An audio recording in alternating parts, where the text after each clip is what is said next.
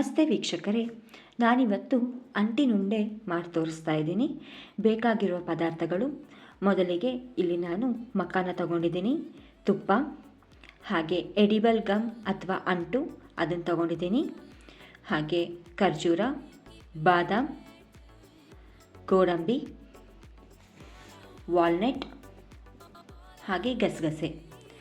ಮಾಡೋ ವಿಧಾನ, ಮೊದಲಿಗೆ ಬಾಣಲಿಗೆ ಫಸ್ಟು 2 ಸ್ಪೂನ್ ತುಪ್ಪ ಹಾಕಿ ಅಂಟನ್ನು ಫ್ರೈ ಮಾಡ್ಕೊಳ್ತಾ ಇದ್ದೀನಿ.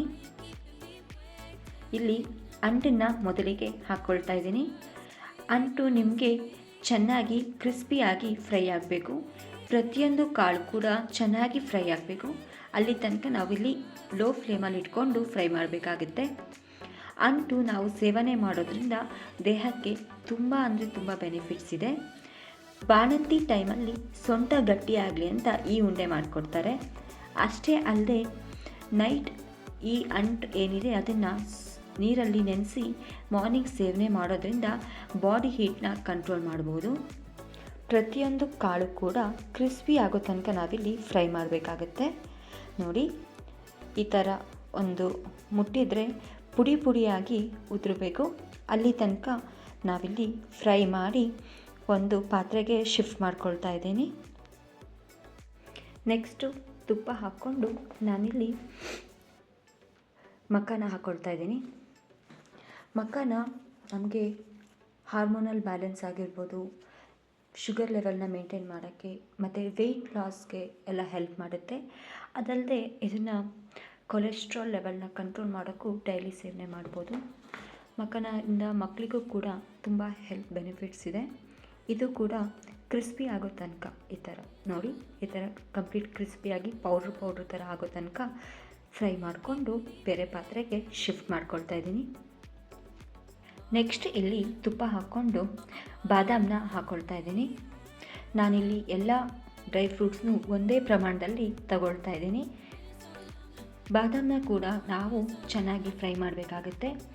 ಬಾದಾಮಲ್ಲಿ ಹೆಲ್ತ್ ಬೆನಿಫಿಟ್ಸ್ ಅಂತ ನೋಡೋದಾದರೆ ಇದು ಬ್ರೈನ್ ಫಂಕ್ಷನ್ ಮತ್ತು ಇಮ್ಯುನಿಟಿ ಸಿಸ್ಟಮ್ ಬೂಸ್ಟ್ ಮಾಡೋಕ್ಕೆ, ಹಾಗೆ ಬ್ಲಡ್ ಶುಗರ್ ಲೆವೆಲ್ ಕಂಟ್ರೋಲ್ಗೆ ಇದು ತುಂಬ ಹೆಲ್ಪ್ ಆಗುತ್ತೆ. ನೆಕ್ಸ್ಟು ಇದೇ ಬಾಣಲಿಗೆ ವಾಲ್ನಟ್ ಹಾಕ್ಕೊಳ್ತಾ ಇದ್ದೀನಿ. ವಾಲ್ನಟ್ ಕೂಡ ಸಮ ಪ್ರಮಾಣದಲ್ಲಿ ತಗೊಂಡು ಫ್ರೈ ಮಾಡ್ಕೊತಾ ಇದ್ದೀನಿ. ಇದು ಕೂಡ ಅಷ್ಟೇ, ಮಕ್ಕಳು ಹಾಗೆ ವಾಲ್ನಟ್ ತಿನ್ನಲ್ಲ, ಈ ಥರ ಮಿಕ್ಸ್ ಮಾಡಿ ಕೊಟ್ಟರೆ ಚೆನ್ನಾಗಿ ತಿಂತಾರೆ. ನೆಕ್ಸ್ಟ್ ಇಲ್ಲಿ ಗೋಡಂಬಿ ಹಾಕಿ ಹುರ್ಕೊಳ್ತಾ ಇದ್ದೀನಿ. ಇದು ಕೂಡ ಚೆನ್ನಾಗಿ ಕೆಂಪು ಬಣ್ಣ ಹುರ್ಕೋಬೇಕು. ಹಾಗೆ ಇಲ್ಲಿ ಖರ್ಜೂರ ತಗೊಂಡಿದ್ದೀನಿ. ಖರ್ಜೂರ ನಾನು 1 ಮುಷ್ಟಿಯಷ್ಟು ಜಾಸ್ತಿ ತಗೊಂಡಿದ್ದೀನಿ. ಇದ್ರ ಜೊತೆ ಗಸಗಸೆನ ಹಾಕ್ಕೊಂಡು ಚೆನ್ನಾಗಿ ಲೋ ಫ್ಲೇಮಲ್ಲಿ ಹುರ್ಕೋಬೇಕು. ಗಸಗಸೆನ ನಾನು ಯಾಕೆ ಇದ್ರ ಜೊತೆನೇ ತಗೊಂಡಿದ್ದೀನಿ ಅಂದರೆ ಇದು ಆವಾಗ ಬಾಣಲಿಯಲ್ಲಿ ಅಂಟ್ಕೊಳ್ಳೋದಿಲ್ಲ, ಎಲ್ಲದನ್ನು ಖರ್ಜೂರ ಅಂಟ್ಕೊಂಡ್ಬಿಡುತ್ತೆ. ನಮಗೆ ಈಸಿಯಾಗಿ ಮಿಕ್ಸಿ ಹಾಕೋಕ್ಕೆ ಹೆಲ್ಪ್ ಆಗುತ್ತೆ. ಇದನ್ನು ಕೂಡ ಲೋ ಫ್ಲೇಮಲ್ಲಿ ಹುರ್ಕೊತಾ ಇದ್ದೀನಿ.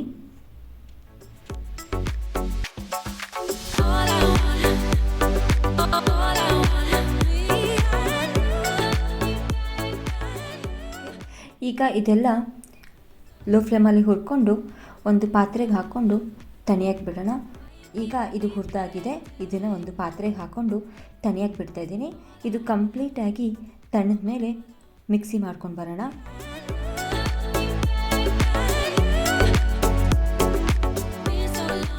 ನೋಡಿ, ನಾನಿಲ್ಲಿ ಇದನ್ನು ಪೌಡರ್ ಮಾಡ್ಕೊಂಡು ಬಂದಿದ್ದೀನಿ. ತುಪ್ಪನ ನೋಡಿಬಿಟ್ಟು ಬೇಕು ಅಂದರೆ ಈಗ ಸೇರಿಸ್ಕೋಬೋದು. ನಾನು ತಗೊಂಡಿರೋ ಮಿಶ್ರಣಕ್ಕೆ ತುಪ್ಪ ಕರೆಕ್ಟಾಗಿ ಆಗಿದೆ. ಇದನ್ನು ನಾನು ಉಂಡೆಗಾರದಲ್ಲಿ ಕಟ್ಕೊಳ್ತಾ ಇದ್ದೀನಿ.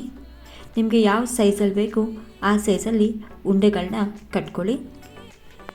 ನಾನು ತಗೊಂಡಿರೋದ್ರಲ್ಲಿ ನನಗೆ 30 ರಿಂದ 35 ಉಂಡೆಗಳು ಆಗಿದೆ. ನೋಡಿ, ಈ ರೀತಿ ಆಗಿದೆ. ನೀವು ಕೂಡ ಒಮ್ಮೆ ಮಾಡಿ ಹೇಗಾಯಿತು ಅಂತ ಕಮೆಂಟ್ ಬಾಕ್ಸಲ್ಲಿ ನನಗೆ ತಪ್ಪದೆ ಶೇರ್ ಮಾಡಿ. Thanks for watching. ಧನ್ಯವಾದಗಳು.